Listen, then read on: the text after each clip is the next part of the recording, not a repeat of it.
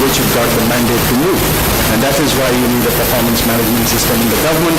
In fact, it is essential requirement in a democracy.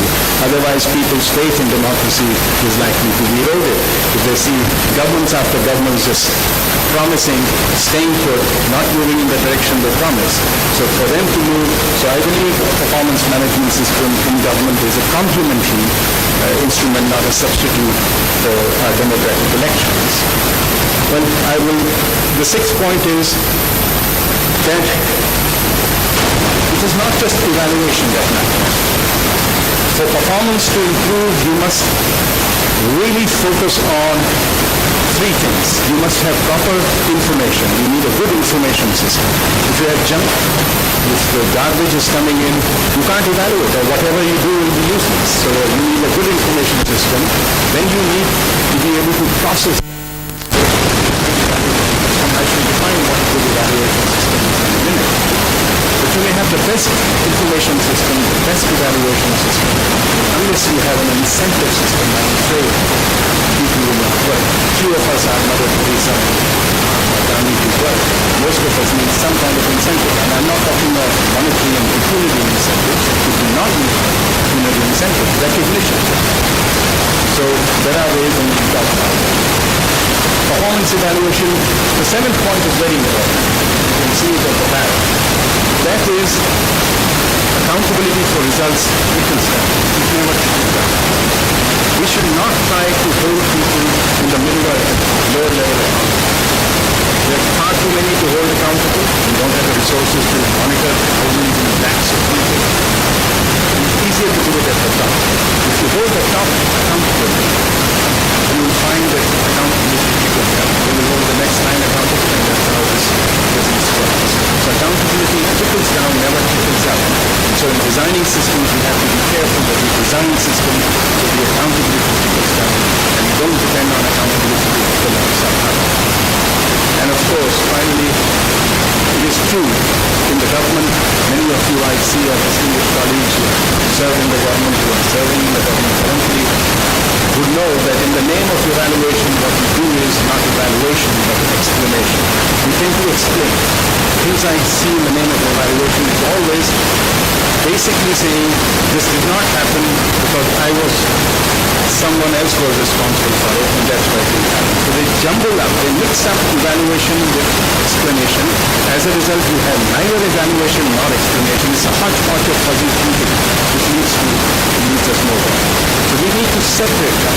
Of course, for everything there is an explanation, but that does not condone the fact that it did not happen. And that needs to be highlighted, that this is good, bad, or ugly, and that why it is good, bad, or ugly is a separate story. We need to keep the two stories separate.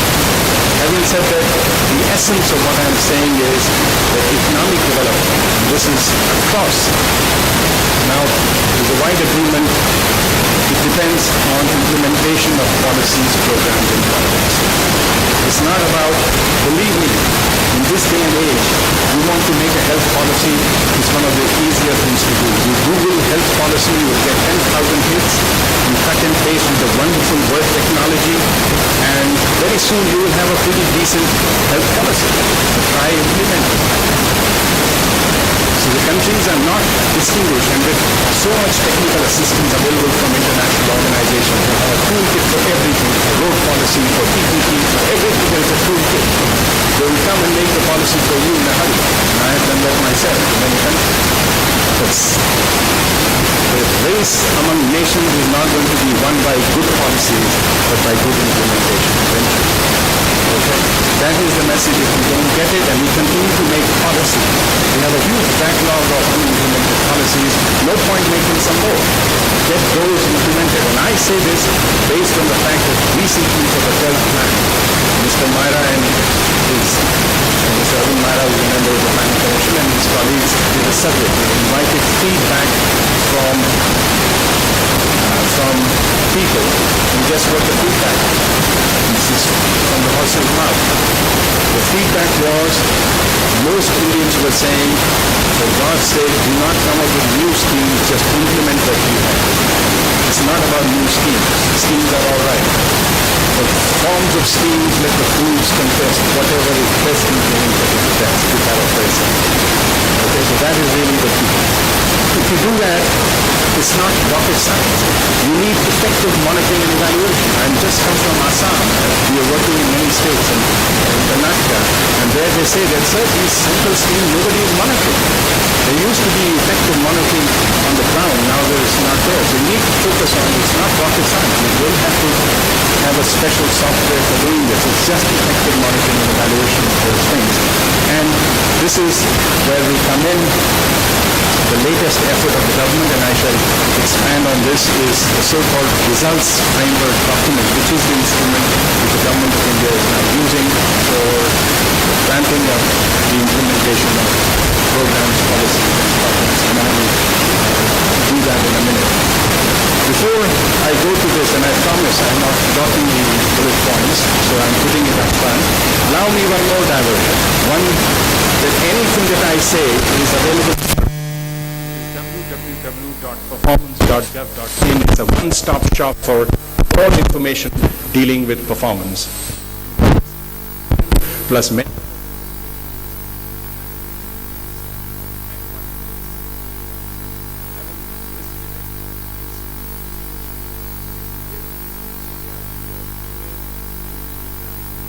our quarterly newsletter, which is called Performance in the Business. At the risk of being immodest, it's you care about performance and implementation in government. One more diversion before I come to this, and that is the starting point of the story. People who are recording will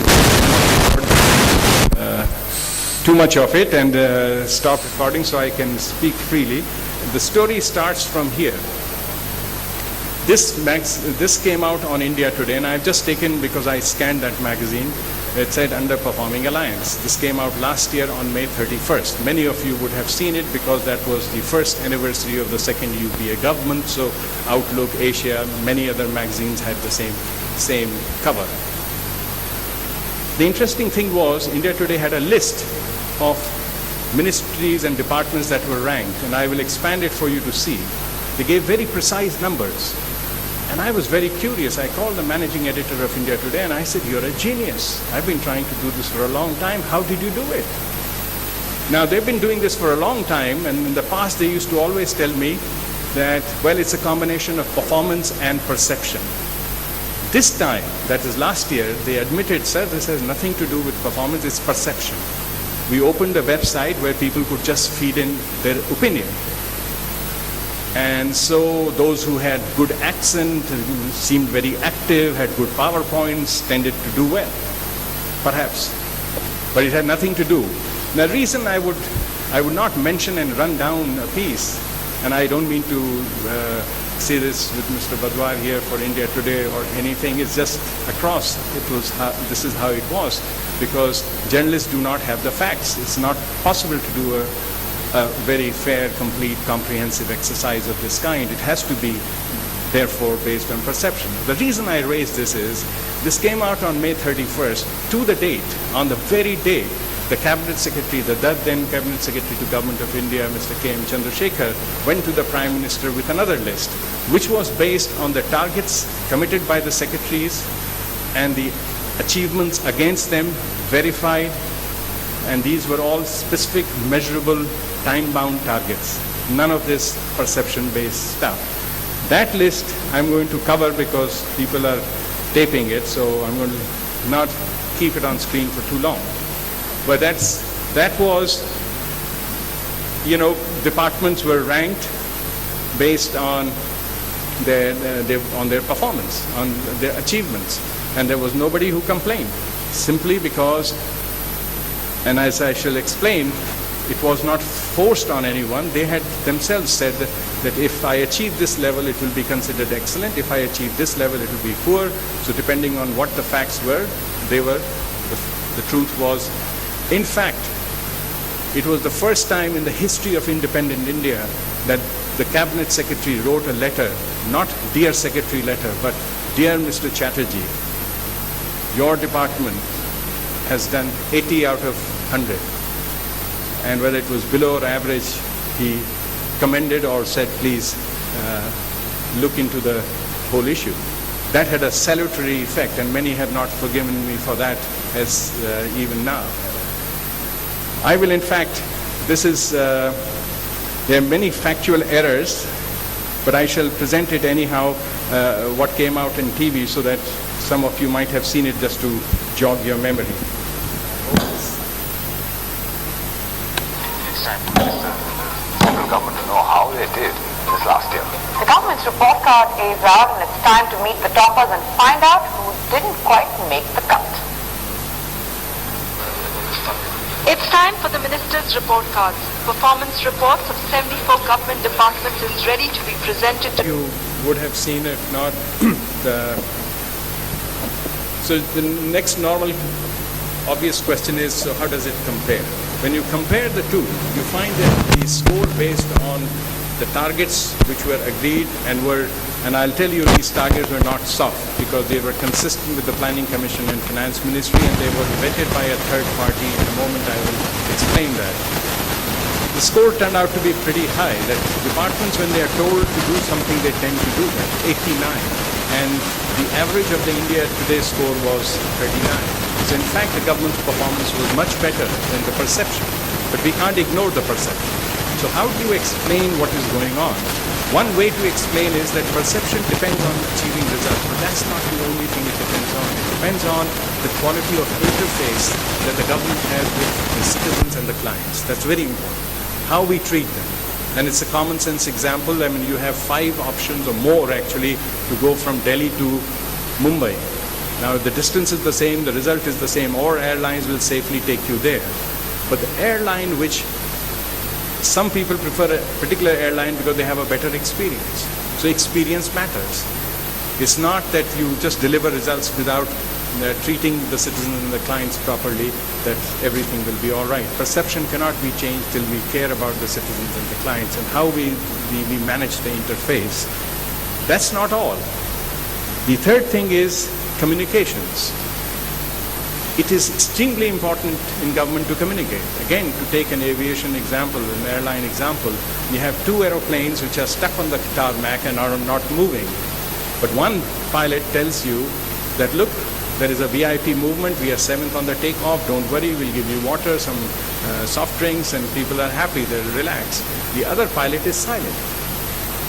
And you start wondering, that has he lost his black box, or what has happened? And you want to call your wife and say, this is it.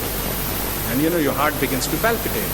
So lack of communication when you are in someone's charge is really creates anxiety. So we have to figure out a way to communicate more frequently, more effectively. In fact, it's not the governance failure, it is the communications failure which often leads to governance failure, or at least the perception of governance failure. Because I assure you that inside the government, the amount of things that are happening are mind-boggling. And you know, some of the demands that are being made outside represent only a tip of the iceberg of the amount of work that is happening inside the government. But I have argued with the Cabinet Secretary that why don't we share this? That we tend to have that there will be 10 committee of secretary meetings on a topic, performance-related incentives or some very important topic, and one line will come out after several months. So people think that these people neither care nor do they know what's going on, but that's not true. I can vouch for it, having worked in some of the finest institutions. The discussion in the Committee of Secretaries is better than anywhere in the world, period. These are people who are committed, who know, knowledgeable, who come with great passion and argue both sides. And there are 2 sides. There are many sides, in fact more than 2 sides.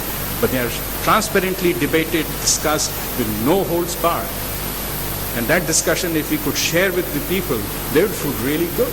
They will realize that issues are not that simple. There are issues on both sides, lots of things have to be taken care of, and then a decision is made. But if we don't communicate, people tend to get the impression that nothing is happening, nobody is aware of what to do, and there are no options. Unfortunately, that's what happens when you do. We are working on all fronts. I do not have the time today to go dwell onto it. On the quality of interface, we are working on Citizens Charter, and with due respect, way before Mr. Hazare mentioned the word Citizens Charter, we were working on this, and it's not a simple thing. It is one thing to say that we have We've been working with Citizens Charter for 74 departments. It's an extremely tough exercise to define the services, the standards, and do a thorough professional job of this thing. So, but we have done it, and we will come out with that. Grievance redress mechanism. There is a centralized grievance redress mechanism. Many of you may have used it, but you can go to every ministry now through the performance management system. Is required to have that, and your grievances are monitored by us and at a central level. And when the grievance is settled, you will get an email asking you to rate the quality of grievance redressal. So, more on that later. I don't have the time. But for those who like numbers, if perception is 39, and we have achieved 89% of the targets, then we must be doing minus 50 in the other two areas. So we need to focus not just on achieving targets, but also on the way we treat people and the way we communicate about our work to the rest of the world. Those things have to be taken care of. Another way of looking at it is this, that perception depends on results, achieving results, but that's not all. As I said, to a larger extent, it depends on citizens and client charter, how we deal with the rest of our fellow citizens. But even to a greater extent, citizens are very good people, by and large. They're willing to forgive our mistakes in the government. But if they complain and you don't do anything, they get really upset. They don't forgive us. And therefore, grievance redress is terribly important. I believe a heuristic equation of this kind applies. Perception about government's performance depends on results, but 2 to the power 2, Citizens Charter to exponentially to the power 2, and grievance redressal to the power 3. So exponentially, that's the most important. If we solve most of our grievances early on, many of our problems will not be there. Allow me to now come to and finish this off quickly so that we can have the rest of the discussion. I'm afraid this is the most painful thing I have to do, but I do it in the interest of completeness. I don't enjoy this at all. I am in the government by choice, very bullish. What it can do, it is doing. There is no comparison. But we can say that from inside the government. The person on the street unfortunately believes that government agencies have not delivered what was expected from them. That's the perception. Whatever we may say inside that we work so hard, we are doing all this, we are trying, but that's what the person